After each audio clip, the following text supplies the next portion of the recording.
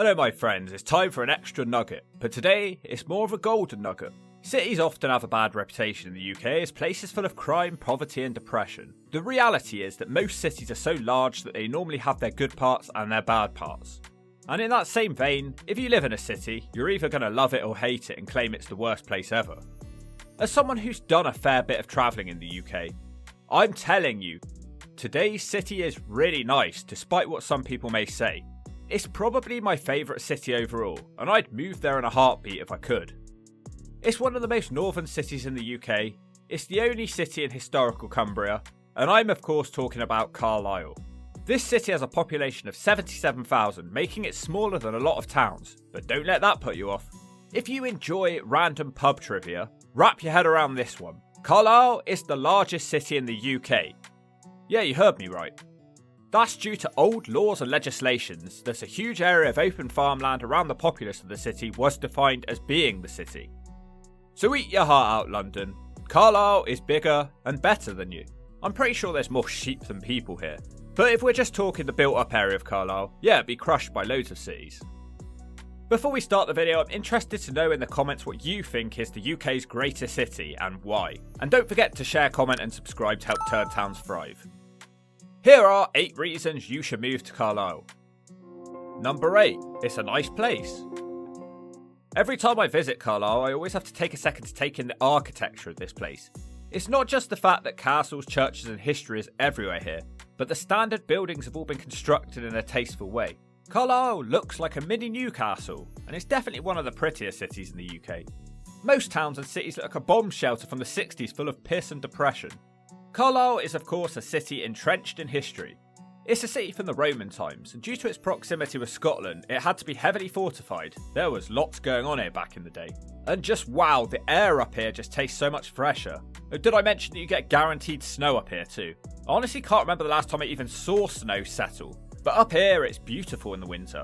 I'm sure some of my northern viewers hate this stuff, but it's almost like snow is fiction to southerners. Number 7. Location. I know normally on this channel we don't like to praise a town for things that aren't actually in the town and they're just nearby, but I'm going to make an allowance this time because the location really is 10 out of 10, especially if you're an outdoorsy type. Carlisle is just surrounded by incredible things to do in the great outdoors. It's only about 14 miles from the Lake District, so if you live in Carlisle, you can go to the lakes anytime you want and avoid the busy tourist season. There's also the North Pennines, another spectacular area. And Carlisle is only about 8 miles from Scotland, which is a whole nother world and country for my viewers outside the UK.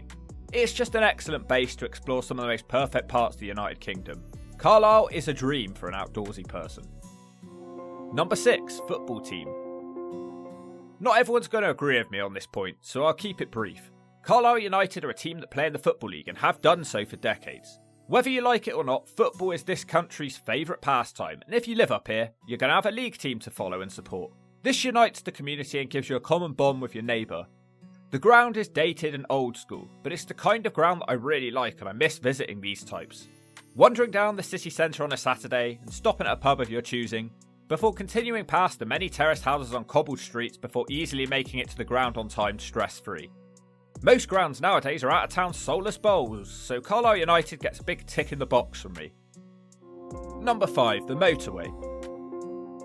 Now funnily enough, I didn't go and film at the motorway, so instead, here is some random footage of streets in Carlisle. This is a strange point, but there's something about driving around this area which just makes me happy. The fact it even has the nearby motorway M6 is a big plus, but wow, it's just so quiet.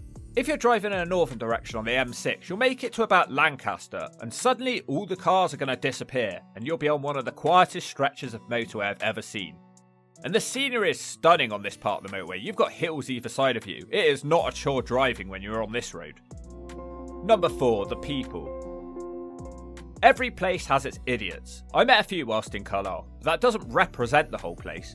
What I will say is it's one of the few places I filmed at where I was stopped several times and people made general conversation with me, taking an interest in what I was up to and having a laugh with me.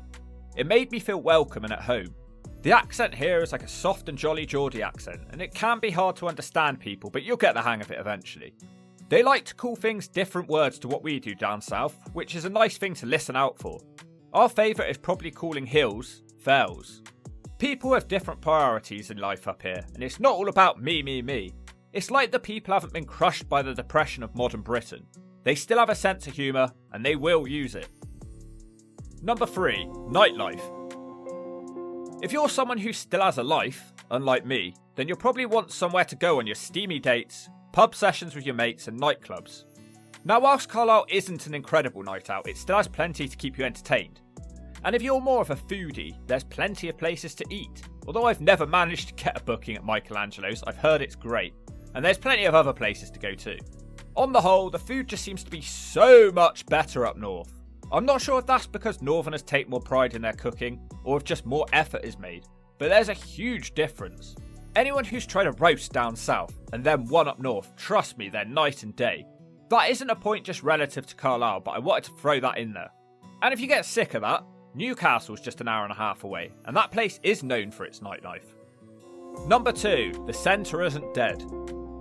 Remember, I've been around countless centres at this point. People of Cumbria, be thankful for what you have. For a city the size of Carlisle, I was quite impressed. Carlisle isn't a massive place, it has small town vibes, and indeed it finishes around 50th by city population in the UK, so it's not that big a place. But the city centre is a nice place to spend time. It's wide and open with trees and flowers everywhere.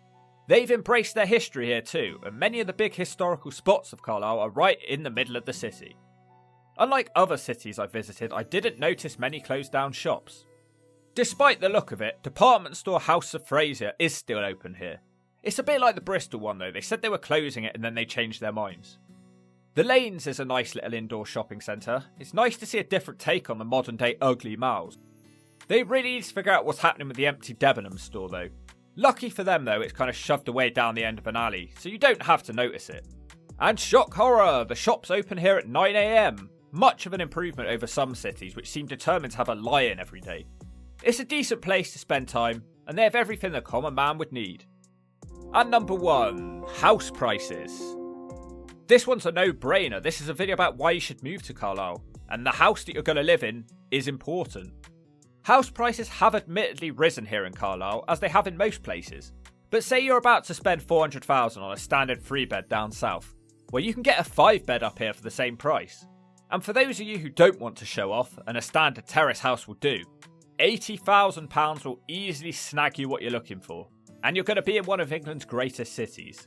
There's a huge variety with the house types too, with old and new, and many houses with character.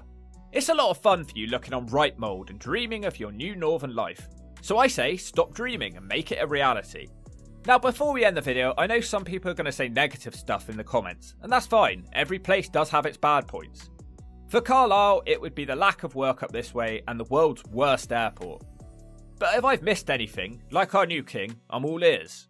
As I said in the comments section, let me know what you think is the greatest city in the UK, and also let me know where you think people should move to, where's up and coming.